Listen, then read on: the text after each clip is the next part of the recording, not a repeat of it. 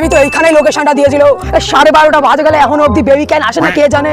এই মেয়ে মানুষের সাজ নিয়ে না বা আমি আর বাঁচি না। ওরে এতকে সাজতে করে, হ্যাঁ প্রতিবারে আমি 1 ঘন্টা আগে এসে দাঁড়ায় থাকবো আর ও কি করে, হ্যাঁ এত সাজতে হলে কে বলে বুঝি না। এই জান, আমি চলে এসেছি। তুমি আজকে আমার উপরে খুব রাগ করেছো, বলো কি করব বলো, সাজতে সাজতে অনেকটা লেট হয়ে গেছে আমার আজকে। হ্যাঁ আমি প্রচুর রেগে গেছি, তুমি প্রতিবারে আমাকে 1 ঘন্টা আগে এখানে টাইম দাও, আমি প্রতিবারে এখানে 1 ঘন্টা আগে চলে আসি, তুমি বলো এত আগে এসে আমি কি করবো একা একা বলো। Sorry baby, sorry sorry sorry. Baby তোমাকে এত সরি কে বলতে বললো বলো তো, শুধু তুমি এটাই বলো তোমার এত লেট কেন হয়েছে। কেন আবার তোমার জন্য এতটা যে সাজলাম এর জন্যই তো লেট হয়ে গেলো, তুমি কি জানো? তারপরেও আমি পারফিউম মাখতে ভুলে গেছি, এতটা তাড়াহুড়ো করে এসেছি। ও তুমি পারফিউম মাখতে ভুলে গেছো, তাহলে এইটা নাও।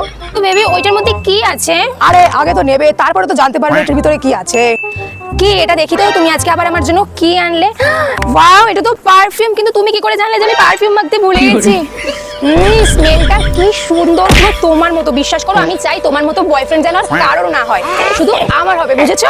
থ্যাংক ইউ, এটা খুব সুন্দর হয়েছে, আই লাভ ইউ। বেবি অনেকই তো গল্প হলো, তাহলে আজকে আসি, আবার তোমার সাথে পরে দেখা হবে, বাই। আচ্ছা বেবি, বাই।